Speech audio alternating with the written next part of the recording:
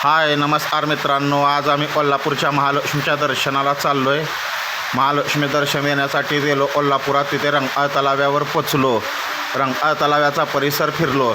तोपर्यंत आम्हाला आमची अनन्या बसलेली दिसली. नंतर आम्ही तिथेच जेवणाचा आस्वाद घेतला. आम्ही सर्वजणांनी जेवण करून मंदिराकडे प्रस्थान केले. समोरच आम्हाला देवीचे महाद्वार दिसले. लक्ष्मी मातेचे दर्शन घेऊन मंदिराचा परिसर फिरलो. मंदिराच्या परिसराची भटकंती करून भवानी मंडपात आम्ही प्रवेश केला. भवानी मंडपात आदिमाया शक्तीचे दर्शन करून औदुंबरला प्रस्थान केले.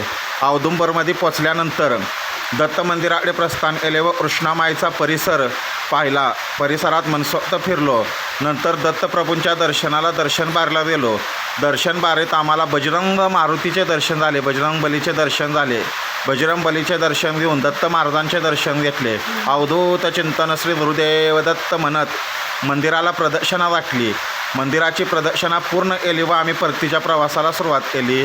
रामकृष्ण हरी.